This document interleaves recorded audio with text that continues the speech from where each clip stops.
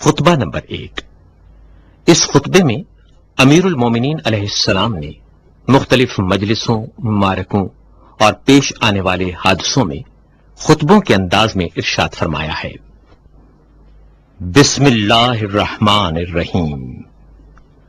حمد و سپاس کا سزاوار وہ ہے کہ قوت نطق کلام رکھنے والی تمام ہستیاں اس کی مداح و ثنا سے عاجز و درماندہ ہیں، جس کی نعمتوں کو شمار کرنے والے گننے سے قاصر ہیں اور جس کا حق نعمت کوشش کرنے والے نہیں ادا کر سکتے۔ وہ خدا کہ جس کی حقیقت بلند ہمتوں کے ادراک سے ماورا ہے، جس تک فکر کی گہرائیاں پہنچنے سے قاصر ہیں، جس کے صفات کی کوئی حد نہیں، نہ کوئی ایسی نعمت ہے جو صفات خداوندی کا بیان کر سکے، نہ کوئی ایسا وقت جس کا شمار ممکن ہو، نہ کوئی ایسی مدت دراز جو منتہی ہو۔ اس نے خلائق کو اپنی قدرت اور اختیار سے پیدا کیا اور ہواؤں کو اپنی رحمت اور مہربانی سے پھیلایا، اور متحرک و لرزاں زمین کو سنگھائے بزرگ پہاڑوں سے میخ خوب کیا اور مستحکم و استوار فرمایا۔ دین کی پہلی بنیاد خدا کی معرفت ہے، اور معرفت کا کمال اس کی تصدیق ہے، اور کمال تصدیق توحید ہے، اور کمال توحید اس کو ہر چیز سے برتر ماننا ہے۔ یہ کمال اخلاص صفات کی ذات سے نفی ہے، کیونکہ ہر صفت غیر موصوف ہے اور ہر موصوف غیر صفت ہے۔ جس نے اس کی توصیف میں ذات کو صفت زائد سے ملایا، اس نے گویا ذات الہی میں دوئی پیدا کی، اور جس نے دوئی پیدا کی اس نے گویا اس کی ذات میں تقسیم مانی، اور جس نے ذات الہی میں تقسیم مانی وہ نادان ہے، اور جس نے نادانی کی اس نے خدا کی طرف اشارہ کیا، اور جس نے اشارہ کیا اس نے اسے محدود کر دیا، اور جس نے یہ پوچھا کہ خدا کس چیز میں ہے اس نے گویا کسی چیز کے ضمن میں اسے قرار دیا، اور جس نے سوال کیا کہ وہ کس چیز پر ہے تو اس نے دوسرے مقام کو اس سے خالی تسلیم کر لیا۔ خداوند تعالی ہمیشہ سے موجود ہے مگر حادث اور نوپید نہیں۔ وہ موجود ہے مگر اس کی ہستی عدم و نیستی کے بعد نہیں۔ وہ ہر چیز کے ساتھ ہے لیکن بطور ہمسر نہیں۔ وہ ہر چیز سے الگ ہے لیکن اس سے کنارہ کش نہیں۔ وہ ہر چیز کا فاعل ہے لیکن اس کا فعل حرکات اور آلات کا نتیجہ نہیں۔ وہ بصیر ہے جب اس کی مخلوق نہ تھی۔ وہ منفرد ہے کیونکہ اس کا کوئی ایسا ساتھی نہیں جس سے وہ اپنا جی بہلائے اور جس کے نہ ہونے سے اسے الجھن ہو۔ اس نے دنیا کو پیدا کیا اور پہلے پہل بنایا، بغیر اس کے کہ فکر کو کام میں لاتا یا تجربے سے فائدہ اٹھاتا، اور نہ اپنے نفس میں کوئی حرکت پیدا کی، نہ پہلے سے کوئی اہتمام کیا کہ جس کے لیے بے چین ہوا ہو۔ وہ چیزوں کو ٹھیک وقت پر عدم و نیستی سے وجود کی طرف لایا اور گوناگون چیزوں میں موافقت اور سازگاری پیدا کی، اور ہر چیز کو اس کی طبیعت اور مزاج عطا کیا، اور ان طباع کے لیے شکل و صورت معین کی۔ وہ ان کی ابتدا اور آغاز سے پہلے ان سے واقف تھا۔ اس کا علم ان کے حدود اور انتہا کو محیط تھا، ان کی حالت اور پوشیدہ کیفیت سے آشنا تھا۔ پھر خدائے بزرگ و برتر نے زمین و آسمان کے درمیان اور جوا، فضا و اطراف اور شگوفوں میں شگاف اور آسمان سے دھلی ہوئی ہوا پیدا کی۔ اس جوا فضا میں متلاطم پانی جاری کیا جس کی موجیں بڑھ بڑھ کر بلند ہو رہی تھیں۔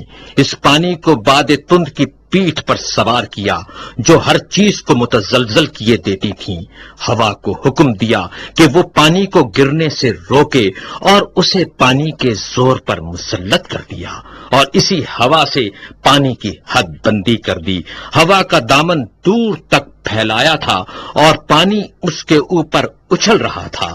پھر خدا نے ایک ایسی ہوا چلائی جو خشک تھی اور اسے پانی کے ساتھ ساتھ کر دیا۔ اس کی رفتار بہت تیز تھی۔ خدا نے ہوا کو حکم دیا کہ اس پانی کو حرکت دیتی رہے اور موجوں کو ابھار کر اوپر کی طرف پھینک دے۔ ہوا نے اس پانی کو اس طرح متھا جیسے مشک میں دودھ متھا جاتا ہے، اور یوں یہ پانی کے نچلے حصے کو اوپر کی طرف پلٹانے لگی اور ساکن کو متحرک سے ملانے لگی، یہاں تک کہ پانی کی چوٹی بلند ہو گئی اور تہ بتہ پانی پر پھبن اٹھایا، اور پھر اس پانی کو شگاف دی ہوئی اور کشادہ فضا میں بلند کیا، جس سے 7 آسمان بنائے۔ آسمان زیریں کو ایک جمی ہوئی اور رکی ہوئی موج قرار دیا، اور آسمان بالا کو ایک محفوظ چھت اور بنائے مرفوع بنا دیا۔ آسمان کو بغیر کسی ستون کے روکے اور بغیر میخ کے اپنی جگہ پر قائم رکھا۔ پھر خدائے بزرگ و برتر نے اس آسمان کو چمکتے ہوئے ستاروں اور دمکتے ہوئے تاروں سے مزین کیا، اور اس میں چراغ نور افشاں یعنی خورشید و ماہ درخشاں کو رواں دواں کیا۔ یہ ساری چیزیں گھومتے ہوئے آسمان، رواں دواں چھت اور لوح متحرک میں تھیں۔ پھر خدا نے بلند آسمانوں کے بیچ میں شگاف دیا اور ان خلاؤں کو فرشتوں کی مختلف قسموں سے پر کر دیا۔ ان فرشتوں میں کچھ حالت سجدہ میں ہیں، رکوع نہیں کرتے، کچھ مصروف رکوع ہیں اور کھڑے نہیں ہوتے۔ ان میں ایک گروہ صف بستہ کھڑا ہے جو اپنی جگہ سے ہلتا تک نہیں۔ کچھ وہ فرشتے ہیں کہ تسبیح خوانی میں مصروف ہیں مگر ذرا نہیں تھکتے۔ یہ تمام ملائکہ ایسی غیر مادی ہستیاں ہیں کہ ان پر آنکھوں کی نہ نیند چھاتی ہے، نہ عقلوں کی بھول چوک کا غلبہ ہوتا ہے، نہ بدنوں کی سستی طاری ہوتی ہے، نہ بھول چوک کی غفلت کا اثر طاری ہوتا ہے۔ انہی فرشتوں میں ایک قسم کے وہ ہیں جو خدا وند متعال کی وحی کے امین ہیں، اس کے پیغمبروں اور رسولوں کے پاس پیامبر بن کر اور احکام و فرامین الہی لے کر آتے جاتے ہیں۔ انہی میں ایک قسم ان فرشتوں کی بھی ہے جو اس کے بندوں کے نگہبان اور اس کی جنتوں کے دربان ہیں۔ ان میں بعض ایسے فرشتے ہیں کہ جن کے قدم زمین کے طبقات زیریں میں گڑے ہوئے اور گردنیں بلند و بالا آسمان سے نکلی ہوئی، اور ان کے اجسام اطراف عالم سے نکلے ہوئے ہیں، اور عرش الہی کے پیالے سے ان کے کاندھے ملے ہوئے ہیں، اور ہیبت و عظمت انوار الہی سے ان کی نگاہیں جھکی ہوئی ہیں، اور عرش کے نیچے وہ اپنے پروں میں لپٹے کھڑے ہیں۔ ان کے اور دوسرے ملائکہ کے درمیان حجاب ہائے عزت و پردہ ہائے قدرت پڑے ہوئے ہیں۔ یہ فرشتے اپنے رب کا تصور صورت کشی سے نہیں کرتے، نہ اوصاف خلائق کو اس کے اوپر جاری منطبق کرتے ہیں، نہ اسے کسی مکان میں محدود کرتے ہیں، نہ امثال و نظائر سے اس کی طرف اشارہ کرتے ہیں۔ امیر المومنین علیہ السلام نے تخلیق آدم کے متعلق خطبہ دیتے ہوئے ارشاد فرمایا، پھر جب خداوند متعال آسمان و زمین، خورشید و ماہ و سیارگان پیدا کر چکا، اس نے جائے سنگ لاخ و ہموار زمین، شور اور ارض خاکی سے جو قابل کاشت تھی پارائے خاکی اکٹھا کیا، اس کو پانی میں سانا تاکہ وہ خالص اور پاکیزہ ہو جائے، پھر اسے تری سے گوندھا یہاں تک کہ زمین کے عناصر ایک دوسرے میں پیوست ہو گئے۔ اس سے خدا نے ایک صورت پیدا کی، اس میں کچھ ٹیڑھی ہڈیاں تھیں، اعضا تھے، جوڑ تھے، پٹھے تھے۔ اسے ایک خاص مدت اور مخصوص وقت تک اسی طرح رکھا، یہاں تک کہ وہ سوکھ کر خشک ہو گئی اور سخت ہو کر کھنکھناہٹ دینے کے قابل ہو گئی۔ پھر خدا نے اس میں اپنی روح پھونک دی۔ اب ایک ایسا انسان پیدا ہو گیا جو ذہین ہے اور ذہن سے کام لیتا ہے، جو صاحب فکر ہے اور فکر کو کام میں لاتا ہے، جو صاحب اعضاء و جواہر ہے اور ان سے خدمت لیتا ہے۔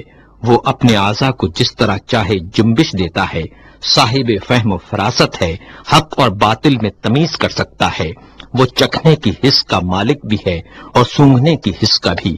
وہ رنگ اور جنس میں امتیاز کر سکتا ہے.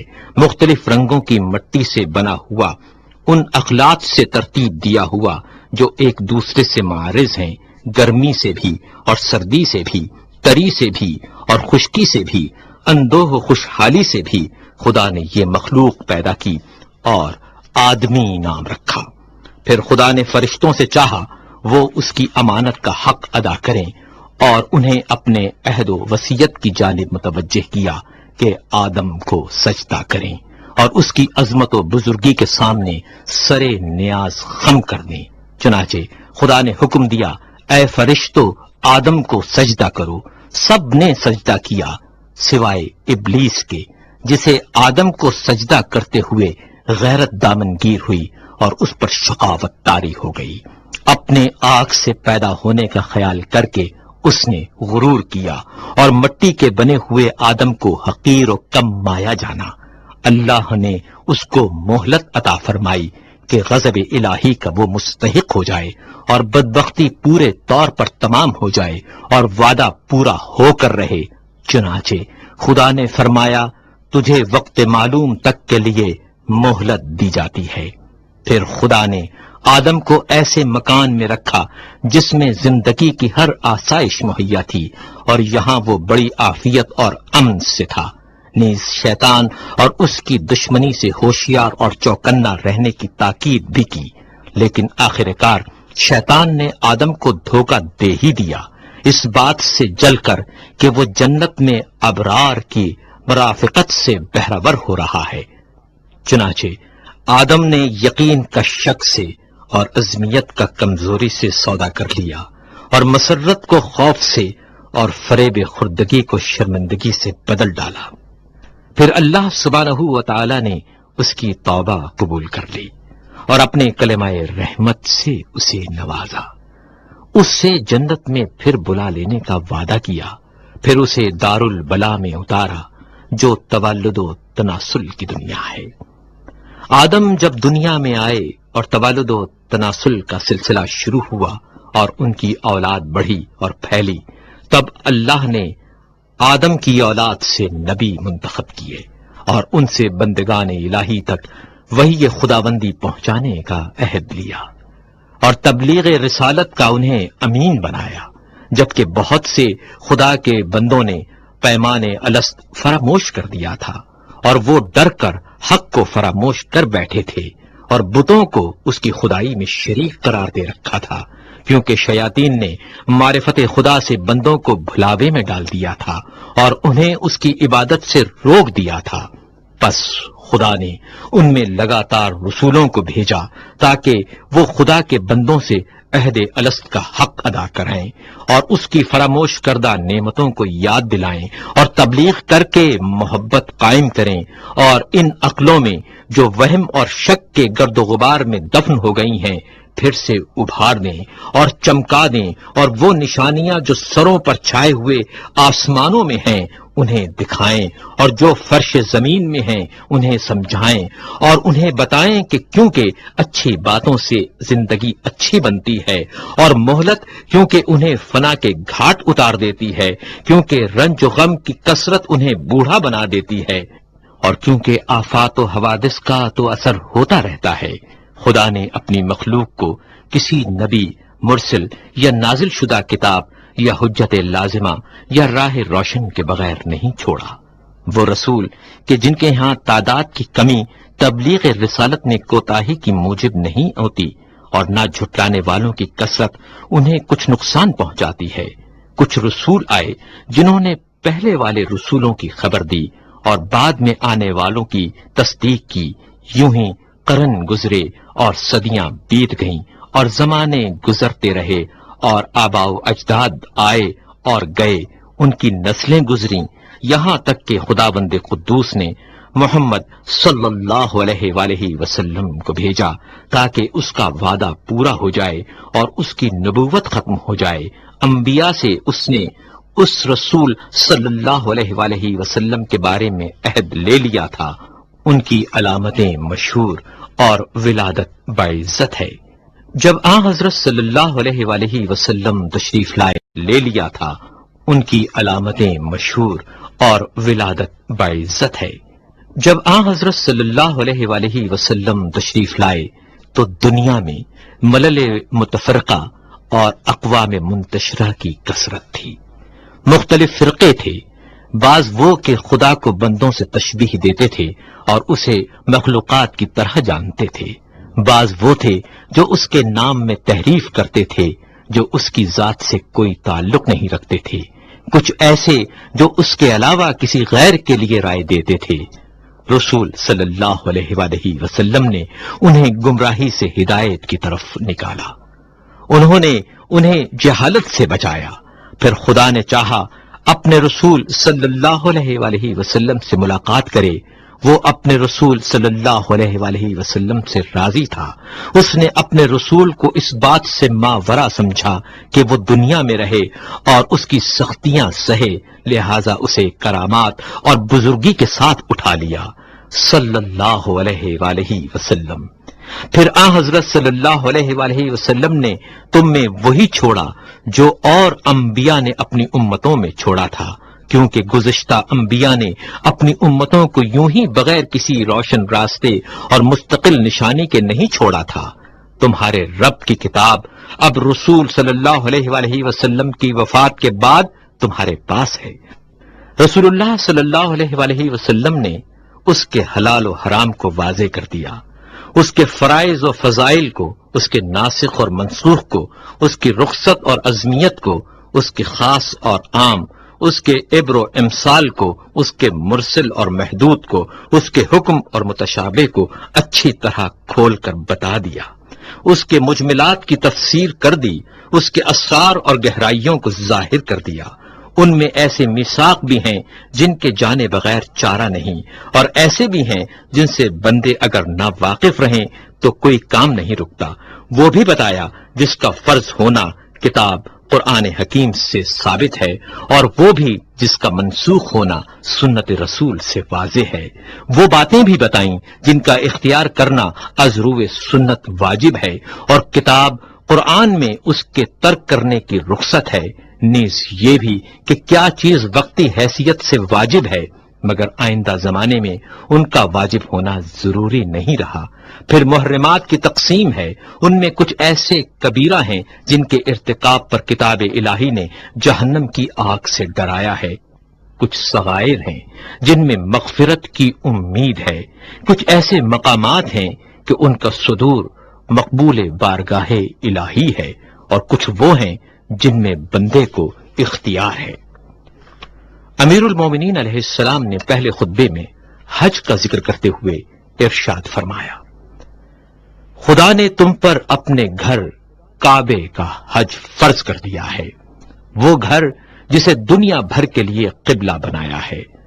اس کی طرف لوگ یوں لپکتے ہیں جس طرح چوپائے گھاٹ پر ٹوٹ پڑیں، اور اس طرح شوق سے یہاں ٹوٹ کر آتے ہیں جیسے کبوتروں کی ٹکڑی۔ اس حج کو اس نے اپنی جلالت کے سامنے بندوں کی فروتنی کی پہچان قرار دیا ہے۔ اس نے اپنی مخلوق سے ان لوگوں کو چن لیا ہے جو اس کی آواز سنتے ہیں، جو اس کی دعوت پر لبیک کہتے ہیں، جو اس کے قول کی تصدیق کرتے ہیں، اور اس کے نبیوں کے مقامات پر کھڑے ہو کر ایسے دکھائی دیتے ہیں جیسے وہ ملائکہ جو عرش الہی کے طواف میں مصروف رہتے ہیں۔ یہ لوگ عبادت کے بازار سے خوب نفع کماتے ہیں اور جمع کرتے ہیں، اور اس کے وعدہ مغفرت کی طرف جلد جلد تیزی سے قدم بڑھا رہے ہیں۔ اس گھر کو خدا نے اسلام کی نشانی قرار دیا ہے، یہ پناہ لینے والوں کے لیے جائے پناہ ہے۔ اس نے حج کو فرض قرار دیا ہے اور اس کے حق کو واجب کردانا ہے، اور اس کی زیارت تم پر لازم کر دی ہے۔ چنانچہ خدائے بزرگ و برتر فرماتا ہے، اللہ کی طرف سے ان لوگوں پر حج فرض ہے جو زاد راہ رکھتے ہیں، اور جس نے انکار کیا تو خدا سارے عالم سے بے نیاز ہے۔